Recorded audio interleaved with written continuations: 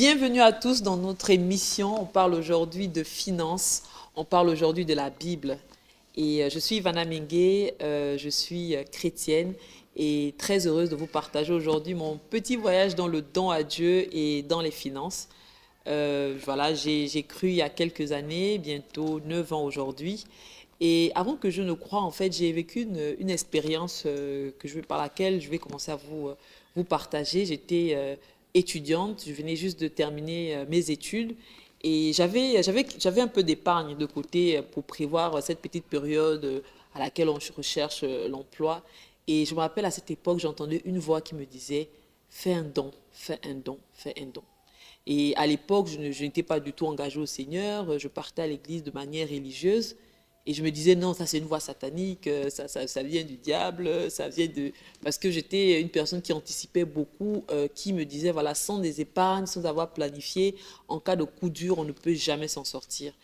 J'ai grandi dans une famille dans laquelle ma mère m'a beaucoup inculqué, que ce soit à moi ou à mes frères, la gestion de l'argent. Et pour moi, c'était quasiment inadmissible et difficile de vivre lorsqu'on n'a pas planifié les événements difficiles de la vie. Mais cette période-là, cette voix m'a hantée, elle m'a suivie. Et 6 mois après, un jour, je me suis dit, mais pourquoi cette voix, je l'entends en fait, c'était comme si un humain me parlait, j'entendais clairement, fais un don, prends tout ce que tu as dans le compte et donne-moi. Prends tout ce que tu as dans le compte et donne-moi. Et un jour, je me rappellerai toujours, c'était un dimanche, j'ai fait un virement. Pour moi, c'était beaucoup, à l'époque, c'était 2 000 euros. Et j'ai fait un virement de 2 000 euros. Et j'ai dit, juste pour ne plus entendre cette voix, je vais faire ce don. Et j'ai fait ce virement. Et je me rappelle, le lundi, j'ai reçu 10 appels d'entreprises, plusieurs entreprises qui ne m'avaient même pas recontacté, plusieurs entreprises que j'avais relancées. Cette fois-ci, toutes m'ont dit, est-ce que vous êtes toujours intéressé? On vous propose un entretien. Et je dis, mais qu'est-ce qui s'est passé entre le moment du don et le moment du déblocage de la situation? Pourquoi j'ai vécu ça? Et en fait, plus tard, j'ai compris simplement, lorsque j'ai cru, que le Seigneur me faisait un appel à croire en lui, un appel à dire qu'en fait, Dieu est un Père qui prend soin de nous. C'est un Père qui veut juste recevoir de nous une relation. Et donc, c'est l'origine du don. Le don, c'est une volonté. Le don, c'est quelque chose que l'on fait de plein cœur, avec joie. Le don ressort d'abord d'une relation avec une personne. Quand on repart à la Genèse, on se rend compte que le premier don que Dieu a donné à l'homme, c'est le don de la vie, le don de l'existence. Et même lorsque l'homme a péché, lorsque l'homme est tombé, Dieu a fait un don à l'homme, à Adam et à Ève, en leur donnant un habit pour bien se vêtir. Et donc, j'aimerais commencer par la criticité du don. Lorsqu'on parle du don, on parle également du moment du don.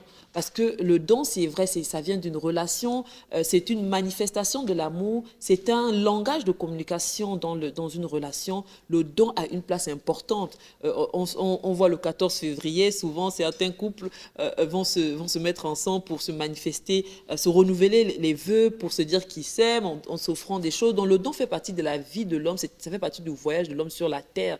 Lorsqu'on aime, on donne au moins une fois par an, on fait des cadeaux à des amis, à des proches, lors des anniversaires, des cadeaux de mariage, tout simplement parce que le don, c'est une manifestation de ce qu'on a dans le cœur. Donc sans relation, c'est difficile de donner du sens à un don. Et lorsque l'on veut donner, il y a aussi le moment du don.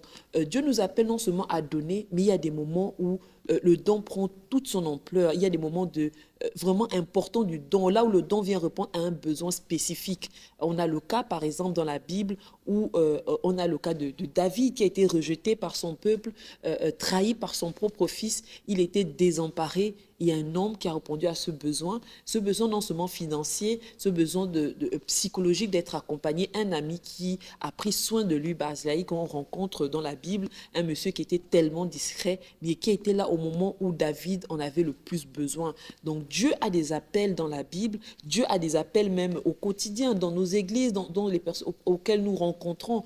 Donc le don a vraiment une place très importante pour rencontrer un besoin.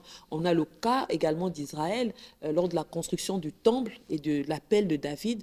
plusieurs d'entre eux se sont rendus avec des dons joyeux, spontanés, volontaires, de l'or, des trésors. Et ces dons-là venaient à point nommé parce que Dieu avait un projet avec ce peuple-là. Donc Dieu, peut-être au travers de ce témoignage, vous dit de vous joindre à votre communauté. En tout cas, la nôtre aujourd'hui, nous passons par une période assez particulière sur le but quinquennal. Et dans ce but-là, Dieu nous appelle tout simplement à nous rejoindre, à rejoindre en fait la bataille, à être dans l'armée des combattants, des vaillants qui vont être là avec lui pour dire que c'est possible.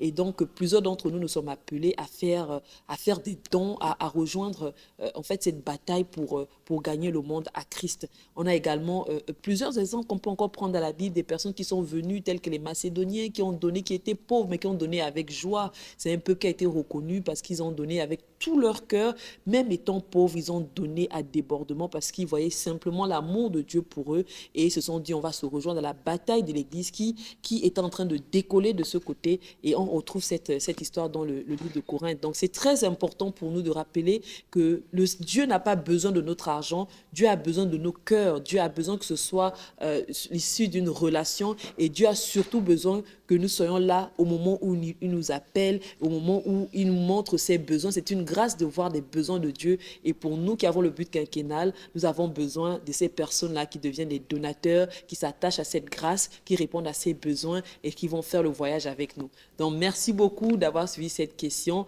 et surtout de voir aujourd'hui la criticité du don et de la grâce de donner à Dieu. À très bientôt. Ivana Mingue, votre sœur.